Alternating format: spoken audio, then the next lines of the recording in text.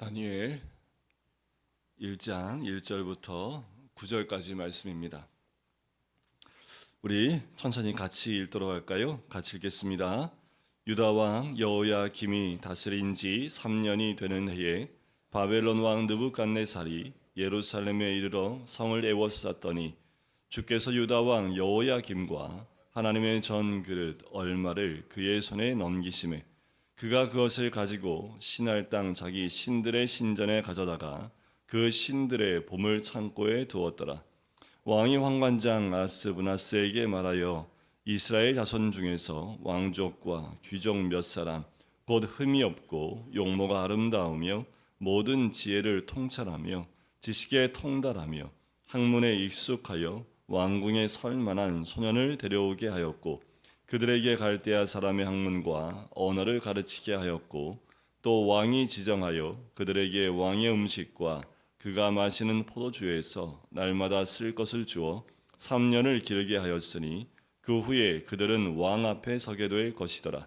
그들 가운데에 유다 자손 곧 다니엘과 하나냐와 미사엘과 아사랴가 있었더니 환관장이 그들의 이름을 고쳐 다니엘은 벨드사살이라 하고 하나냐는 사드락이라 하고 미사엘은 메삭이라 하고 아사랴는 아벳느고라 하였더라. 다니엘은 뜻을 정하여 왕의 음식과 그가 마시는 포도주로 자기를 더럽히지 아니하리라 하고 자기를 더럽히지 아니하고 환관장에게 구하니 하나님이 다니엘로 하여금 환관장에게 은혜와 긍휼을 얻게 하신지라. 아멘. 우리가 무슨 일을 하든 뜻을 정하는 것이 가장 중요하지요. 우리가 예수님을 처음 믿고 난 다음에도 우리의 각자의 신앙의 모습 가운데 아마 뜻을 정하신 게 있을 겁니다. 저마다 신앙 가운데 나는 이것을 꼭 할 것이다 라고 뜻을 정하시고 시대가 바뀌고 또 시간이 흘러도 우리가 그 뜻을 정하고 하나님 앞에 그 신앙의 모습을 지켜나가는 아마 그런 모습들이 있으실 겁니다. 때로는 잠깐 그 뜻을 이루지 못할 때도 있지 않았을까 하는 생각이 들어요. 하지만 사람들마다 무엇인가 일을 행할 때는 다 뜻을 정하게 돼 있지요. 학생들 뜻 정하게 하는 게 참 어렵습니다. 공부하게 하기 위해서 뜻을 정하는 게 참 어려워요. 아이들 공부 열심히 하다가도 한번 삐끗하면 그 가운데 다시 한번 공부를 시키기 위해서 뜻을 정하게 하려고 애를 썼던 것도 또 기억이 납니다. 우리가 하나님을 향해서 이 8월 달 참 무더운 날씨입니다. 어제 밤 12시에 온도를 체크해 보니까 30도더라고요. 밖에 온도가 30도니 실내 온도는 더더욱 더 높았겠지요. 8월 한 달 내내 이렇다는 얘기가 있습니다. 아무리 뜨거워도 우리가 하나님을 향하여 뜻을 정하는 것보다 더 뜨거울 수 없겠지요. 우리가 매달마다 특별 새벽 기도를 통해서 주님 앞에 새벽에 나올 때 그럴 때마다 한 가지씩 뜻을 정하면 어떨까라는 생각이 듭니다. 이번 한 달은 내가 이렇게 해야겠다. 이번 한 달은 특별히 매일 찬양을 내 입에서 떨어지지 않게 해야겠다. 이번 한 달은 매일 아침에 일어날 때 말씀 묵상을 빠지지 말아야겠다. 라는 그 뜻을 정할 때 분명한 것은 오늘 다니엘에게 함께 하시고 은혜를 주셨던 그 하나님께서 분명한 은혜로 채워주시는 이번 한 달이 될 줄 믿습니다. 자, 오늘 본문 말씀에 보면 유다 왕 여호야김 3년 되었을 때 느부갓네살 왕이 예루살렘에 이르러 성을 에워쌌습니다. 그리고 이 유다 왕 여호야김과 그리고 하나님의 전 그릇 얼마를 그 손에 하나님께서 넘기시는 모습을 보게 됩니다. 이 말씀은 이사야 39장에 나와 있는 말씀이 성취되는 말씀입니다. 이사야 39장의 내용은 뭐냐 하면 히스기야가 병에 들었다가 하나님이 치유하고 난 다음에 바벨론에서 사절단이 왔을 때 내탕과에 있는 모든 것을 다 보여주지요. 그것 때문에 하나님께서 네가 보여준 모든 것들을 다 빼앗기게 될 것에 대한 이사야에게 그 예언을 하게 하지요. 오늘 다니엘서 1장 1절과 2절은 그 말씀이 성취되는 말씀입니다. 하지만 이 느부갓네살 왕이 봤을 때 그때 가장 강대국이었던 바벨론이 왔을 때 그 세계사와 역사를 주관하는 것은 자기들이었을 것이다 라고 생각을 했을 겁니다. 하지만 하나님은 이미 말씀해 놓으셨고 또 역사의 흐름과 그 역사가 어떻게 흘러갈 것과 그것을 주관하고 계신 분이 누군지를 분명하게 말씀하고 계셨다라는 거지요. 세상은 자기들의 힘과 권력으로 자신들의 역사를 써 내려간다 할지 모르겠습니다. 하지만 하나님은 세상의 권력자도 하나님의 손 가운데에서 하나님 뜻대로 움직이고 계시고 하나님 말씀하신 대로 그대로 이루어 가시는 분인 줄 믿습니다. 그래서 2절에 보면 주께서 그의 손에 넘기심에라고 말씀을 하는 거예요. 느부갓네살 왕이 힘이 있어 그것을 탈취하였고라고 말씀하지 않고 이 모든 것도 그가 승리하여 유다 왕을 포로로 잡아가고 또 하나님의 전에 있었던 그릇 얼마를 그가 탈취해 가는 것도 주께서 그의 손에 넘기신 겁니다. 여러분, 한순간도 주님이 우리를 넘기시지 않으면 세상 그 어떤 것도 우리를 빼앗아 갈 수 없고 우리를 또한 앗아갈 수 없습니다. 하나님께서 넘기셔야 그 모든 것도 가능하다라는 거지요. 그럼 여기 하나의 물음표가 있지요. 왜 하나님은 하나님의 선민이었던 이스라엘 백성, 특별히 다윗 이후로 왕이 끊어지지 않을 이 유다국, 남유다 왕국이 멸망하고 왕이 잡혀가는 것을 하나님이 허락하실 수밖에 없었을까? 왜 이 남유다는 그렇게 멸망할 수밖에 없었을까라는 거예요. 하나님이 계시면 어떻게 이 남유다 성전이 그렇게 농락당하는 것을 하나님이 그냥 보고 계실까라는 거예요. 근데 지금 이 시대를 바라보면서 하나님 정말 계시면 이런 동성애자들이, 퀴어 축제들이, 이런 험악하고 또 있을 수도 없는 일들이 이 땅에서 어떻게 이루어질 수 있습니까? 라고 반문할지 모르겠습니다. 하지만 남유다 왕국이 이렇게 바벨론에 의해서 유린당하는 것은 남유다를 사랑하시는 하나님의 사랑의 방법입니다. 이 방법 아니면 이스라엘이 돌아오지 않습니다. 이들이 포로로 잡혀가고 그들의 왕이 포로로 잡혀가서 환관장이 되는 모습을 보지 않고서는 이들이 주께로 돌아오지 않는다라는 거예요. 여전히 이들은 제사를 지내고 있고 성전의 안식일을 지키고 있었고 절기를 지키고 있었지만 그들의 마음은 하나님에서 이미 떠났다라는 것이요. 근데 굉장히 중요한 것은 우리가 몸이 와 있다 할지라도 주께 우리의 마음이 있지 않고 떠나 있다면 하나님은 우리가 주를 섬기고 있다라고 보지 않으신다라는 거예요. 우리가 예배를 드리고 있지만 그 예배를 받으실 수 없다라는 겁니다. 때가 가까이 올수록 하나님 전에 모이는 사람이 많다 할지라도 하나님을 찾는 사람은 진정한 예배자를 찾고 있다라는 거지요. 그 예배자가 사라질 때 이 땅 가운데 있는, 아니요, 전 세계에 있는 많은 그리스도인들이 이 느부갓네살에게 포로로 잡혀가는 이 왕의 모습을 목도하는 것처럼 많은 그리스도인들도 그 포로로 잡혀가는 것을 하나님이 허락하실 수 있다라는 거예요. 깨어 있어야겠지요. 단 한 명의 예배자가 있을 때 하나님은 그 예배자를 통해서 예배를 받으시고 또한 그를 통해서 하나님이 역사하신다라는 겁니다. 포로로 잡혀가는 것이 큰 문제 아닙니다. 포로로 잡혀갔을 때 그 포로지인 바벨론에서 하나님은 여전히 역사하고 계시다라는 거지요. 그리고 여전히 잡혀간 자들 가운데 진정한 예배자로 세워졌던 그 몇 사람을 통해서 하나님이 바벨론에 하나님의 역사를 이루고 계신 그 첫 발자국이 다니엘서 1장에 나와 있는 이 내용이기도 합니다. 자, 왕이 환관장을 불러요. 그리고 이스라엘 자손 중에서 왕족과 귀족 몇 사람 가운데 흠이 없어요. 용모도 아름다웁니다. 모든 지혜를 통찰하며 지식에 통달하며 학문에 익숙하여 왕궁에 설 만한 사람을 데려오라. 오늘 새벽에 나오신 모든 분들이 이와 같은 분들인 줄 믿습니다.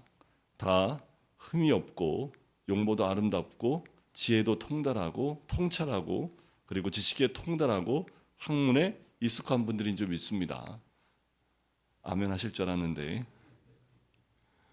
여러분들 지금 잡혀간 사람들이 누굽니까? 이미 남유다 왕국에서요 많은 교육을 받은 그런 사람들이 잡혀간 거예요.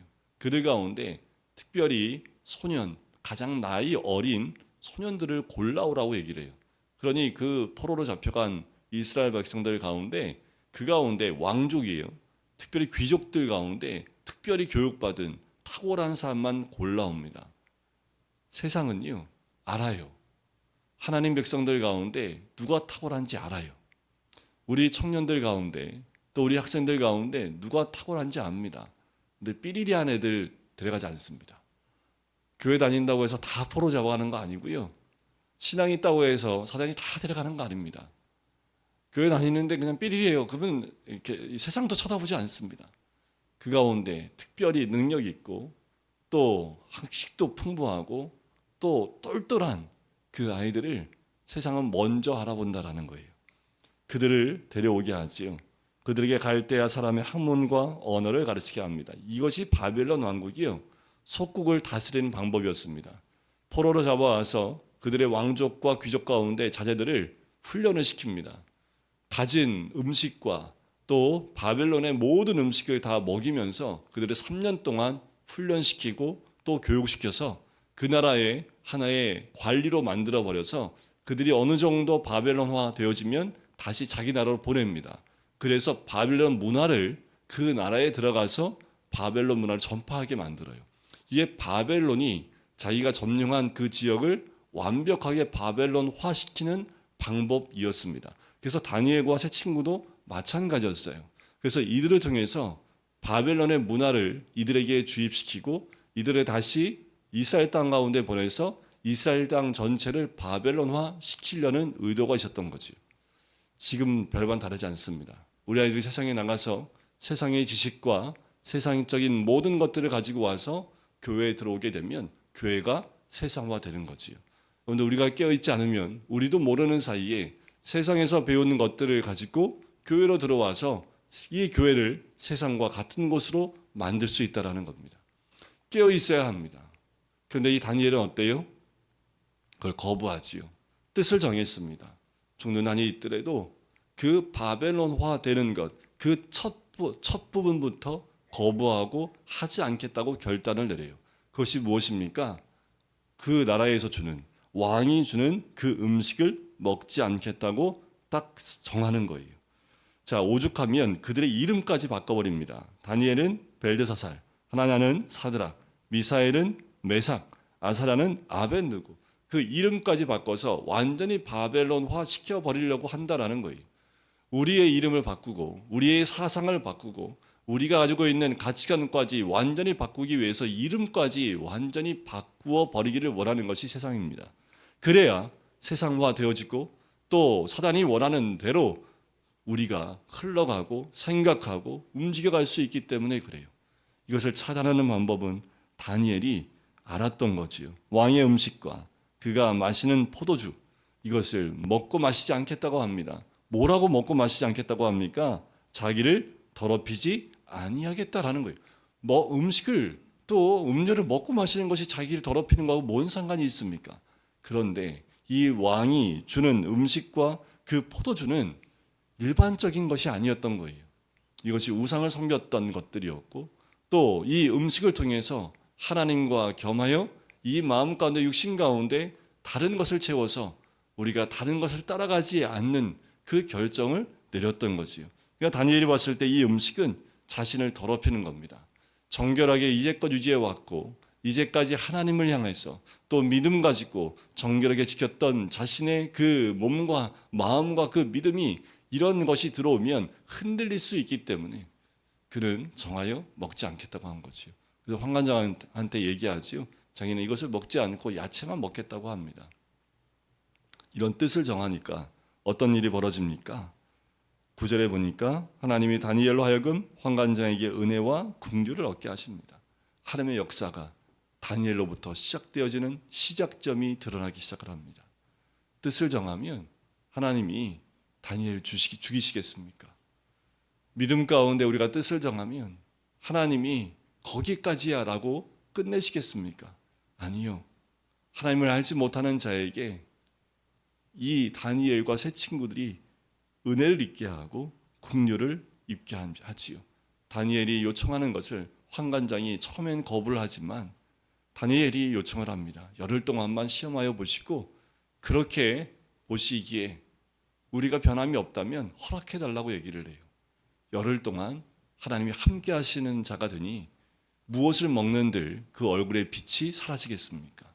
하나님의 영이 함께하는 자는 굶어도 얼굴에서 빛이 납니다.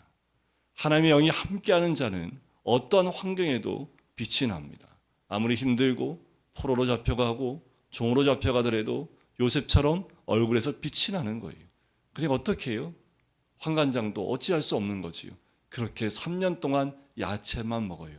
그런데 오히려 그 산의 진미를 먹었던 다른 사람들보다 얼굴에서 더 빛이 나게 될 뿐만 아니라 더 나아가서 1장 17절에 보면 그 모습 가운데 하나님이 어떻게 해요?